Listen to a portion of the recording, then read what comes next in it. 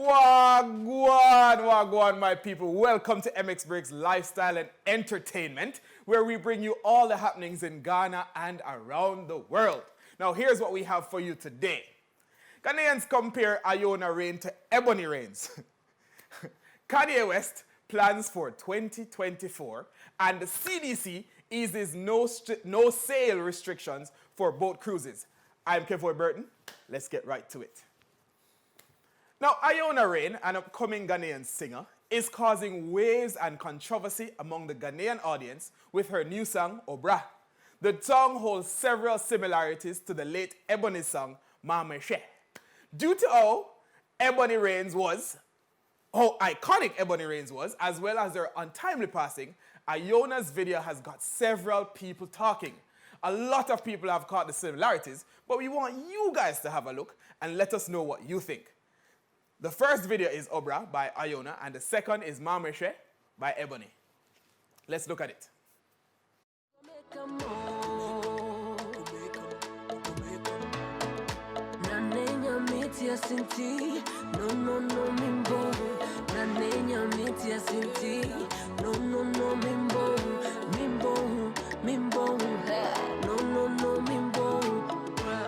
One day you will know.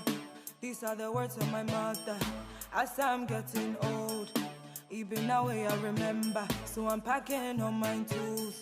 I'm going back at home.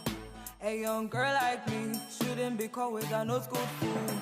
He told me he was a banker, not knowing bank robber. This man is a gangster, bukum bankum boxer. Oh sorry, I know pa.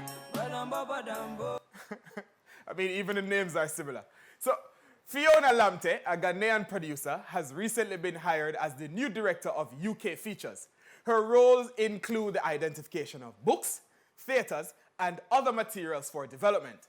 Though this is a big and important role, it's not the first time her talent and efforts have been rewarded. Fiona has produced and directed several movies and films, including Attack the Block and Submarine. She is widely recognized for producing underrepresented talents and stories. It's wonderful to see more Ghanaians representing and breaking the glass ceiling within the industry. Kudos, my G. Big up. So you guys remember that Kanye West was making a lot of noise running for president of the United States of America. The rapper made wild promises and declarations stating that God was the one who wanted him to join the election race.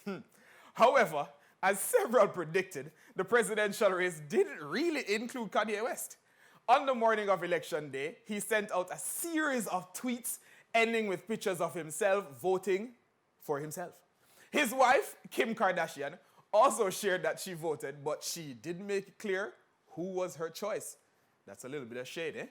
In the early hours, Kanye seemed to realize that this year wasn't his year. Managing to get barely 60,000 votes, he finally posted a tweet simply saying, 2024. It seems he's going to be making a comeback in 2024, so keep your eyes peeled. Kanye, please. I'm surprised he got 60,000 votes. Still within the elections, several celebrities have declared that they are planning to leave the United States or at least leave the current state that they are living in.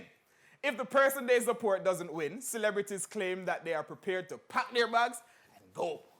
This applies to celebrities on both sides, Trump supporters as well as Biden supporters. Listen, I don't know how serious they are, but it would be very funny to see someone suddenly pack up and just leave United States. However, it's not all fun. Lil Wayne got dumped due to his Trump endorsement. Can you imagine? After seeing him endorsing Donald Trump, Lil Wayne's girlfriend decided that she didn't know him anymore and decided to leave. Clearly, love doesn't solve everything. Lil Wayne, hold strong, my brother, hold strong. Now, Jaden Smith is receiving a lot of hate for his Halloween costume, and honestly, we can see why. Model, actor, and son of famous couple Will and Jada Smith, Jaden Smith stepped out into Halloween night in a suit and oxygen mask. The internet was in uproar, claiming the costume was highly tone deaf, and in this pandemic era, where several people have had to be put on ventilator to prevent loss of life.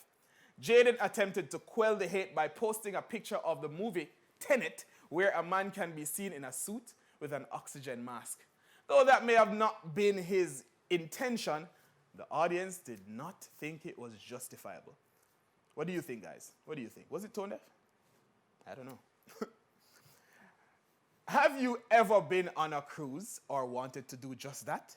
Having so many people confined on a boat for days on end has been banned since COVID, but the Centers for Disease Control and Prevention have finally decided to ease on restrictions and allow their no-sail order to expire. For now, the rule is that crew must disembark first on American soil, and all passengers must prove that they are social distancing, quarantining, and isolating when required. I don't know about you, but I now go up on no boat. Not right now. But it's nice to have options, eh? And that's all we have for you today. My name is Kevoy Burton. This is MX Breaks, and I will see you tomorrow. Big up.